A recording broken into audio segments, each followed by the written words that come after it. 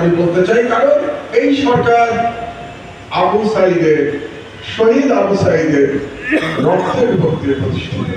যে সরকার শহীদ আবু সাঈদের রক্তের উপর দিয়ে প্রতিষ্ঠিত, সেই সরকারকে বলতেই হবে আমাদের সরকার।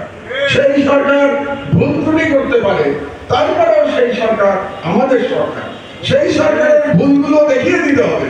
সেই সরকারে যদি ফ্যাসিবাদের দোসররা থাকে, তাদের বিরুদ্ধে আমাদের আন্দোলন করতে হবে।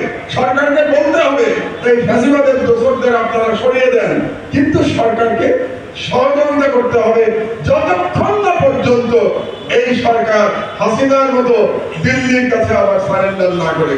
দিল্লির ব্যাপারে আমাদের কোনো কম্প্রোমাইজ নাই, এটা পরিষ্কার করে চাই। দিল্লির ব্যাপারে আমার দেশ এবং আমি ব্যক্তি মাহমুদুর রহমানের কোনো কম্প্রোমাইজ নাই। যে সরকারি ক্ষমতায় আসুক না কেন, সেটা বিএনপি আসুক, জামাত আসুক, নতুন কোনো দল আসুক, দিল্লির সাথে যে দালালি করবে তাদের সাথে আমাদের লড়াই অব্যাহত থাকবে। আমি যতদিন জীবিত আছি ততদিন আমার লড়াই অব্যাহত থাকবে। আরেকটা কথা আমি বলেছিলাম বক্তব্যের শুরুতে, যে আপনারা আমাকে যে ভালোবাসা দিয়েছেন, এটা